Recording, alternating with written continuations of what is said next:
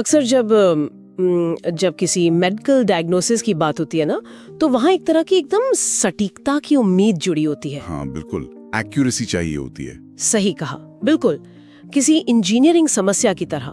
मतलब जैसे अगर किसी की हड्डी टूट गई है तो एक्सरे में वो टूटी हुई सफेद लाइन बिल्कुल साफ दिख जाती है। एकदम सामने। और डॉक्टर बस इशारा करके कह देता है कि देखिए समस्या यहाँ है और इसे ऐसे प्लास्टर से ठीक किया जाएगा। क्योंकि ये बहुत बाइनरी होता है ना, या तो हड्डी टूटी है या फिर नहीं टूटी है।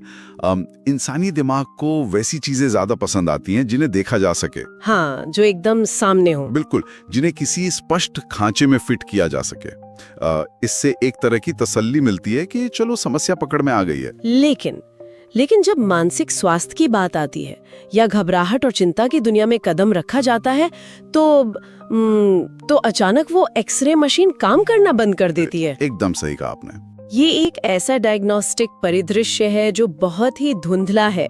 मतलब चीजें अंदर से महसूस तो बहुत तीव्रता से होती हैं, पर बाहर कोई रिपोर्ट उन्हें साबित नहीं कर पाती कि ऐसा क्यों हो रहा है। और सच कहूं तो इसी डायग्नोस्टिक धुंधलेपन के कारण लोग अक्सर खुद को ही दोष देने लगते हैं। हाँ, उन्हें लगता है कि ये उनकी कोई अपनी कमजोरी है। बिल्कुल, जबकि ऐसा होता नहीं है। और यही आज की इस डीप डाइव का मुख्य विषय है। हम निक ट्रेंटन की बहुत ही चर्चित किताब रीवायर योर एंग्शियस ब्रेन के नोट्स और समरी पर एक गहरी चर्चा करने वाले हैं। बहुत ही शानदार किताब है ये। बिल्कुल है। और इस चर्चा का जो सबसे बड़ा मिशन है वो ये समझना है कि चिंता या जिसे एंजाइटी कहा जाता है वो कोई लाइलाज बीमारी नहीं है या कोई पर्सनालिटी की खामी भी नहीं है। ये सिर्फ दिमाग की एक आदत है। और सबसे अहम बात, न्यूरोप्लास्टिसिटी के जरिए इस आदत को फिर से प्रोग्राम किया जा सकता है, इसे रीवायर किया जा सकता है। हाँ, और ये जानकारी हर उस इंसान के लिए एक बेहतरीन शॉर्टकट साबित हो सकती है जो अक्सर ओवरथिंकिंग या छोटी छोटी बातों पर होने वाली घबराहट के जाल में फंसा रहता है। बिल्कुल। आज के दौर में ये समझना बहुत जरूरी है कि दिमाग का ये जो मैकेनिज्म है वो असल में काम कैसे करता है। मतलब जब ये समझ में आ जाता है कि पर्दे के पीछे न्यूरॉन्स और रसायनों की कौन सी मशीनरी चल रही है, तो उस डर का आधा रहस्य तो वैसे ही खत्म हो जाता है। सही बात है, रहस्य ही डर को बढ़ाता है। एकदम। और न्यूरोप्लास्टिसिटी का सीधा सा मतलब है कि दिमाग कोई पत्र पर खींची लकीर नहीं है।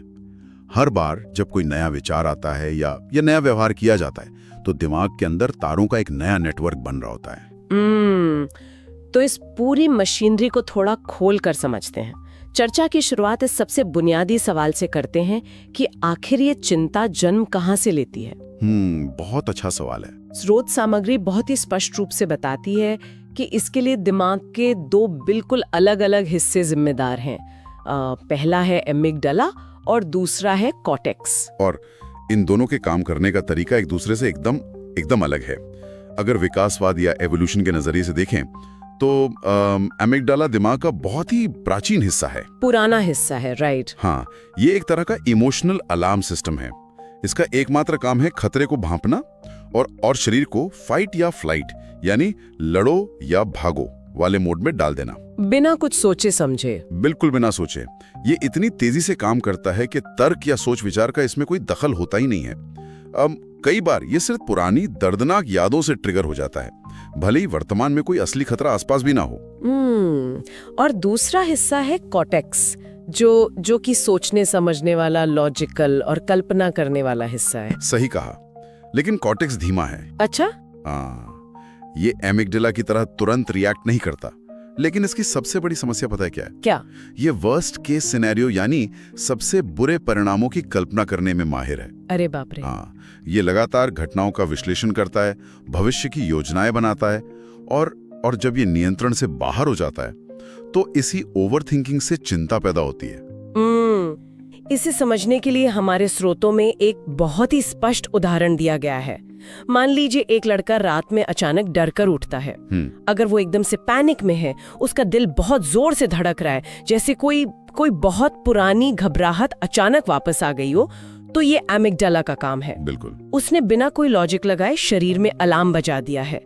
लेकिन अगर वो लड़का आराम से लेटा हुआ है और अचानक सोचने लगता है, क्या मैंने मेन दरवाजा लॉक किया था?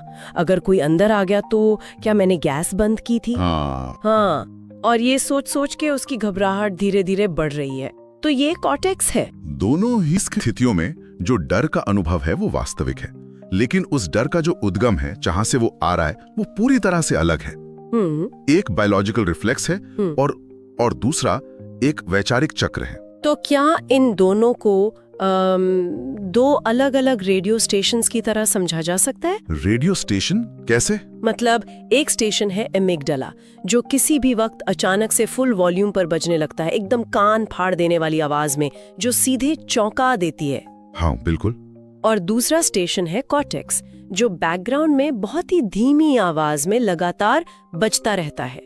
शुरुआत में शायद उस पर ध्यान नहीं जाता, लेकिन धीरे धीरे वो धीमी आवाज इतनी उलझन पैदा कर देती है कि पूरा सिस्टम ही परेशान हो जाता है। बहुत ही शानदार एनोलॉजी है ये। और दिलचस्प बात यह है कि न्यूरोसाइंस के अनुसार ये दोनों रेडियो स्टेशन एक साथ भी बज सकते हैं। एक साथ? हाँ, ये दोनों हिस्से एक दूसरे से न्यूरल पाथवे के जरिए जुड़े हुए हैं। तो ये एक साथ बजने का मैकेनिज्म कैसे काम करता है? जब कॉर्टेक्स की वो धीमी बैकग्राउंड वाली ओवरथिंकिंग हद से ज्यादा बढ़ जाती है, जैसे अगर नौकरी चली गई तो क्या होगा, अगर भविष्य खराब हो गया तो क्या होगा, लगातार चिंता। बिल्कुल। तो ये लगातार चलने वाला विचारों का लूप अंततः एमिगडाला के अलार्म को ट्रिगर कर देता है। अच्छा, मतलब सोच से अलार्म बज जाता है। एकदम। कॉर्टेक्स की कल्पना को एमिगडाला सच मान लेता है। वो कहता है, ओ ये सच में कोई बड़ा खतरा है, शेर सामने खड़ा है। अरे बाप रे। और अचानक शरीर शारीरिक लक्षण दिखाने लगता है, जैसे धड़कन तेज होना या पसीना आना। यानी सिर्फ एक विचार ने एक पूरी शारीरिक प्रतिक्रिया को जन्म दे दिया। तो अब जब इन दोनों रेडियो स्टेशनों के बारे में पता चल गया है, तो अगला तार्किक कदम ये जानना है कि किसी खास पल में कौन सा सिस्टम एक्टिव है। बिल्कुल काम। तो इसका पता ऐसे लगाया जा सकता है कि अगर शरीर से संकेत मिल रहे हैं, जैसे दिल बहुत तेज धड़क रहा है, सांस फूल रही है, हथेलियों पर पसीना आ रहा है, या पेट में अजीब सी हलचल हो रही है, बटरफ्लाइज। हाँ, वो बटरफ्लाइज, तो इसका सीधा मतलब है कि एमिगडाला एक्टिव है, शरीर पूरी तरह से अलर्ट मोड में है। और उस वक्त कॉर्टेक्स समझ लीजिए कि ऑफलाइन हो चुका है। और इसके विपरीत अगर शरीर बाहर से शांत दिख रहा है, लेकिन मन के अंदर विचारों का एक तूफान चल रहा है, बार बार क्या होगा अगर, या मीटिंग में कुछ गलत तो नहीं कह दिया, जैसे विचारों का लूप चल रहा है, तो समझा जा सकता है कि कॉर्टेक्स काम कर रहा है। बिल्कुल सही। स्रोत सामग्री कहती है कि इस अंतर को समझने के लिए अवेयरनेस यानी जागरूकता सबसे बड़ा हथियार है। अवेयरनेस ही सबसे पहली चाबी है। लेकिन यहाँ एक व्यवहारिक सवाल उठता है। जी पूछिए। ये सुनने में बहुत तार्किक लगता है, लेकिन जब कोई इंसान घबराहट के बीच फंसा हो, जब उसका दिल 120 की स्पीड से धड़क रहा हो, तो उसके लिए एक सेकंड रुककर ये सोचना बहुत ही मुश्किल होता है कि ओ जरा रुको, ये तो एमिगडाला का काम है। हाँ, उस वक्त तो कुछ समझ ही नहीं आता। वही तो, उस पैनिक वाले पल में जब शरीर में एड्रेनलिन दौड़ रहा हो, तब अवेयरनेस कैसे लाई जाए? देखिए, अवेयरनेस कोई जादू की छड़ी नहीं है जिसे घुमाते ही सब ठीक हो जाएगा। शरीर में जब कॉर्टिसोल और एड्रेनलिन जैसे स्ट्रेस हार्मोन रिलीज होते हैं, तो उन्हें वापस सामान्य होने में समय लगता है। अवेयरनेस असल में एक प्रैक्टिस है। प्रैक्टिस। हाँ, ठीक वैसे ही जैसे एक एथलीट किसी मैच से पहले अपनी मांसपेशियों को ट्रेन करता है। स्रोत सामग्री में इसके लिए जर्नलिंग और बॉडी स्कैन जैसी तकनीकों पर जोर दिया गया है। जर्नलिंग यानी तूफान गुजर जाने के बाद उस स्थिति का मुआयना करना। बिल्कुल। जर्नलिंग में जब घबराहट शांत हो जाए, तब लिखा जाता है कि उस वक्त शरीर में क्या महसूस हो रहा था और दिमाग में क्या विचार चल रहे थे। अच्छा, लिखने से मदद मिलती है? बहुत मदद मिलती है। लिखने की यह प्रक्रिया कॉर्टेक्स को मजबूर करती है कि वो उन धुंधली भावनाओं को शब्दों में बदले। इससे पैटर्न्स पकड़ में आने लगते हैं। इसी तरह बॉडी स्कैन का मतलब है दिन में कुछ मिनट शांत बैठकर सिर से लेकर पैर तक अपने शरीर पर ध्यान देना, ये देखना कि कहाँ जकड़न है, कहाँ तनाव है। जब रोजाना शांति के पलों में इन चीजों की प्रैक्टिस होती है, तब जाकर धीरे धीरे दिमाग की वो मसल मजबूत होती है जो पैनिक के समय भी एक सेकंड के लिए रुककर सोचने की क्षमता दे पाती है। तो जब किसी इंसान को अपनी चिंता या पैटर्न की पहचान हो जाती है, तो अक्सर पहला स्वाभाविक रिएक्शन उससे दूर भागने का होता है। हाँ, सबसे पहले इंसान भागना ही चाहता है। जो चीज डरा रही है उससे कट जाने का मन करता है। स्रोत सामग्री में इस भागने के विरोधाभास या द पैराडॉक्स ऑफ अवॉइडेंस पर काफी गहरा विचार किया गया है। भागना या अवॉइडेंस सबसे पुरानी इंसानी प्रतिक्रिया है। अगर आग है तो हर कोई दूर भागेगा, स्वाभाविक है। लेकिन मनोवैज्ञानिक स्तर पर चिंता से भागने पर स्थिति हमेशा और बिगड़ जाती है। तो दिमाग के अंदर ऐसा क्या होता है जो भागने से समस्या बढ़ जाती है? न्यूरोप्लास्टिसिटी यहीं पर उल्टा काम करने लगती है। अच्छा।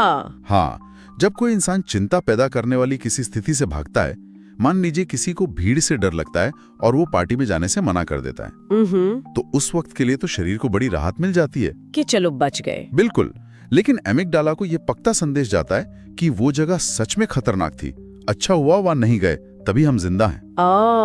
तो वो डर को वैलिडेट कर देता है। एकदम सही। इससे न्यूरल पाथवे में वो डर और भी गहराई से दर्ज हो जाता है। अगली बार वो डर और भी मजबूत होकर सामने आएगा। ये एक ना खत्म होने वाला एंजाइटी साइकिल बन जाता है। चिंता बिल्कुल एक रोते हुए छोटे बच्चे की तरह महसूस होती है। कैसे? अगर एक रोते हुए बच्चे को इग्नोर किया जाए या उससे दूर भागने की कोशिश की जाए तो वो बच्चा ध्यान खींचने के लिए और जोर से रोने लगेगा, चिल्लाने लगेगा। बिल्कुल सही। लेकिन अगर कोई बस उसके पास बैठ जाए, उसका हाथ थाम ले और उसे महसूस कराए कि वो वहीं है, तो वो बच्चा धीरे धीरे खुद ही शांत हो जाएगा। चिंता भी बिल्कुल इसी तरह काम करती है। क्या बात है। न्यूरोसाइंस भी इसी बात का समर्थन करता है। स्रोत सामग्री में एक बहुत ही प्रभावी कॉन्सेप्ट है, name it to tame it. Name it to tame it यानी अपनी भावनाओं को एक नाम देना। जब कोई सिर्फ इतना कहता है कि मुझे इस वक्त बहुत डर लग रहा है या मेरे अंदर घबराहट हो रही है, तो ये सिर्फ बोलने की बात नहीं है, इसके पीछे गहरा विज्ञान है। तो भावना को नाम देने से दिमाग के अंदर क्या बदलता है? फंक्शनल MRI स्कैन्स दिखाते हैं कि जैसे ही कोई इंसान अपनी भावना को एक शब्द देता है, तो दिमाग के प्रीफ्रंटल कॉर्टेक्स, जो कि लॉजिक का केंद्र है, उसमें खून का बहाव और एक्टिविटी बढ़ जाती है। अच्छा। और जैसे ही कॉर्टेक्स एक्टिव होता है, वो एमिगडाला के अलार्म पर एक फिजिकल ब्रेक लगा देता है। मतलब सिर्फ ये स्वीकार करना कि डर लग रहा है, असल में डर के प्रभाव को बायोलॉजिकल लेवल पे कम कर देता है। बिल्कुल। एक्सेप्टेंस का मतलब हार मान लेना या डर के आगे घुटने टेकना नहीं है। ये एक तरह का इमोशनल जूडो है। इमोशनल जूडो, ये दिलचस्प है। हाँ, जूडो में सामने वाले की ताकत का इस्तेमाल उसी को हराने के लिए किया जाता है। यहाँ भी ऊर्जा को घबराहट से लड़ने या उसे दबाने में बर्बाद नहीं किया जाता। तो क्या किया जाता है? स्थिति के साथ फ्लो किया जाता है। डर को आने दिया जाता है, महसूस किया जाता है, और फिर वो खुद ही अपनी ऊर्जा खोकर गुजर जाता है। अगर भावनाओं को नाम देने भर से और स्वीकार करने से दिमाग के अंदर खून का बहाव और रसायनों का स्तर बदल सकता है, तो इसका मतलब ये हुआ कि इस पूरी मशीनरी को जानबूझकर रिवायर किया जा सकता है। 100% किया जा सकता है। स्रोत सामग्री में इस रिवायरिंग के लिए कुछ बहुत ही ठोस और व्यवहारिक तरीके मौजूद हैं। तो क्या इन टूल्स को भी दिमाग के उन दोनों अलग अलग रेडियो स्टेशनों के हिसाब से बांटकर समझना होगा? बिल्कुल। एमिगडाला के लिए अलग टूल्स हैं और कॉर्टेक्स के लिए एकदम अलग। क्योंकि एमिगडाला कोई भाषा या लॉजिक नहीं समझता। जब शरीर पैनिक में हो तो खुद को यह समझाना कि सब ठीक है, डरो मत, कभी काम नहीं करेगा, क्योंकि एमिगडाला के पास भाषा को प्रोसेस करने की क्षमता ही नहीं है। तो फिर क्या काम करेगा? उसे शांत करने के लिए शरीर की भाषा का ही इस्तेमाल करना पड़ता है। और इसके लिए जो सबसे पहला टूल बताया गया है वो है 4-4-4 बॉक्स ब्रीदिंग। जी। ये सुनने में बहुत ही सरल लगता है कि 4 सेकंड तक गहरी सांस अंदर लेना, उसे 4 सेकंड तक रोक कर रखना और फिर 4 सेकंड में धीरे धीरे बाहर छोड़ना। लेकिन ये इतना असरदार क्यों है? इसका सीधा संबंध शरीर के वेगस नर्व से है। वेगस नर्व दिमाग को शरीर के बाकी हिस्सों से जोड़ती है। ओके। जब कोई इंसान जानबूझकर अपनी सांसों को धीमा और गहरा करता है, तो vagus nerve parasympathetic nervous system को एक्टिवेट कर देती है, जो रिलैक्स करने वाला सिस्टम होता है। एकदम सही। यह सिस्टम शरीर को रेस्ट और डाइजेस्ट मोड में लाता है। यह प्रक्रिया सीधे एमिगडाला को एक रिवर्स बायोलॉजिकल सिग्नल भेजती है कि देखो, सांसें आराम से चल रही हैं, मतलब बाहर कोई खतरा नहीं है, अलार्म बंद करो। अरे वाह। इसी कड़ी में दूसरा शानदार टूल है ग्राउंडिंग, जिसे 5-4-3-2-1 तकनीक भी कहते हैं। हाँ, ये भी बहुत पावरफुल है। जब अमिगडाला किसी पुराने डर या भविष्य की चिंता में धकेल रहा हो, तब ये तकनीक वर्तमान में वापस खींच लाती है। इसमें आसपास की 5 चीजें देखनी होती हैं, 4 चीजें जिन्हें छुआ जा सके, 3 चीजें जिनकी आवाज सुनी जा सके, 2 चीजें जिनकी महक महसूस की जा सके और 1 चीज जिसका स्वाद लिया जा सके। बिल्कुल। इस तकनीक का मुख्य काम है दिमाग की सेंसरी बैंडविड्थ को पूरी तरह से व्यस्त कर देना। Sensory bandwidth. हाँ, मतलब जब दिमाग को 5 अलग-अलग सेंसरी इनपुट एक साथ प्रोसेस करने पड़ते हैं तो उसके पास पैनिक वाले लूप को चलाने के लिए प्रोसेसिंग पावर ही नहीं बचती। ये तो एकदम हैक करने जैसा हो गया। बिल्कुल हैक ही है। एमिगडाला को शांत करने के लिए एक और तरीका है PMR या प्रोग्रेसिव मसल रिलैक्सेशन। इसमें 5 सेकंड के लिए शरीर के किसी एक हिस्से की मांसपेशियों को एकदम टाइट करना होता है, जैसे मुट्ठी को जोर से भींचना और फिर उसे एकदम से ढीला छोड़ देना। हाँ, क्योंकि जब अलार्म बजता है तो शरीर भागने या लड़ने के लिए मांसपेशियों में खून पंप कर देता है, जिससे जकड़न होती है। तो जब जानबूझकर मांसपेशियों को सिकोड़कर ढीला छोड़ा जाता है तो दिमाग को ये धोखा दिया जाता है कि खतरा टल गया है और अब शरीर सुरक्षित है। तनाव अपने आप बाहर निकल जाता है। ये सभी तरीके तो शरीर के जरिए दिमाग को शांत करते हैं जी। लेकिन अब आते हैं कॉर्टेक्स पर। हाँ, कॉर्टेक्स थोड़ा अलग खेल है। कॉर्टेक्स तो विचारों का भूखा है। वो बिना थके परिदृश्यों की कल्पना कर सकता है, इसलिए उसे संभालने के लिए विचारों को ही चुनौती देनी पड़ती है। बिल्कुल। इसके लिए स्रोत सामग्री में ABCDE मेथड का जिक्र है, जो कॉग्निटिव बिहेवियरल थेरेपी यानी CBT का एक बहुत ही जाना माना टूल है। थेरेपी की दुनिया में ये बहुत ही प्रभावशाली तरीका माना जाता है। ए का मतलब है एक्टिवेटिंग इवेंट, यानी वो घटना जिसने चिंता की शुरुआत की, जैसे बॉस से एक बहुत ही रूखा सा ईमेल आना। हाँ बिल्कुल। और बी है बिलीफ, यानी दिमाग ने तुरंत क्या निष्कर्ष निकाला। शायद विचार आया कि बस अब तो नौकरी जाने वाली है। और सी है कॉन्सिक्वेंस, यानी परिणाम, पसीने छूटना और रात भर नींद उड़ जाना। लेकिन असली गेम चेंजर तो डी और ई है। डी का मतलब है डिस्प्यूट, यानी अपने ही उस विचार को अदालत के कटघरे में खड़ा करना। कॉर्टेक्स को चुनौती देना कि क्या ये 100% सच है। एकदम। क्या कोई ठोस सबूत है कि नौकरी जा रही है? क्या बॉस हमेशा जल्दी में ऐसे ही ईमेल नहीं लिखते? और जब इस तरह से सबूतों की मांग की जाती है ना, तो कॉर्टेक्स का ओवरथिंकिंग वाला लूप टूट जाता है। और तब एंट्री होती है ई की, इफेक्टिव न्यू बिलीफ, एक नया तार्किक और यथार्थवादी विचार, जैसे हो सकता है बॉस व्यस्त हो, कल जाके बात कर ली जाएगी, ये कोई बड़ा संकट नहीं है। कॉर्टेक्स को इस तरह ट्रेन करना बहुत जरूरी है, क्योंकि वो कॉग्निटिव डिस्टॉर्शन का शिकार बहुत जल्दी होता है। बहुत जल्दी। यानी सोचने के ऐसे तरीके जो असलियत को तोड़ मरोड़ देते हैं, जैसे कैटास्ट्रोफाइजिंग, हर छोटी बात में राई का पहाड़ बनाना और सीधे सबसे बुरे नतीजे पर पहुंच जाना। हाँ, इसका एक बहुत अच्छा उदाहरण दिया गया है किताब में, एली का उदाहरण। हाँ, एली वाला हिस्सा। एली के मामले में नए बच्चे के जन्म के बाद उसकी उम्मीदें इतनी अवास्तविक और परफेक्शन से भरी हुई थीं कि जब असल जिंदगी की थकान और भागदौड़ सामने आई तो उन उम्मीदों के टूटने ने ही भयंकर चिंता का रूप ले लिया। कॉर्टेक्स ने हर छोटी गलती को एक बहुत बड़ी तबाही के रूप में देखना शुरू कर दिया था। और इन सब से निपटने के लिए एक बहुत ही दिलचस्प टूल भी दिया गया है, बैटमैन इफेक्ट। ओह हाँ, द बैटमैन इफेक्ट। इसमें कहा गया है कि जब डर लगे तो खुद को किसी सुपर हीरो या किसी आदर्श इंसान की जगह रखकर सोचना चाहिए कि इस स्थिति में बैटमैन क्या करता। जी, लेकिन एक बात बताइए, खुद को एक कॉमिक बुक कैरेक्टर समझना असल जिंदगी की सच्चाई से भागना नहीं है? मतलब क्या ये सिर्फ खुद को धोखा देना नहीं है?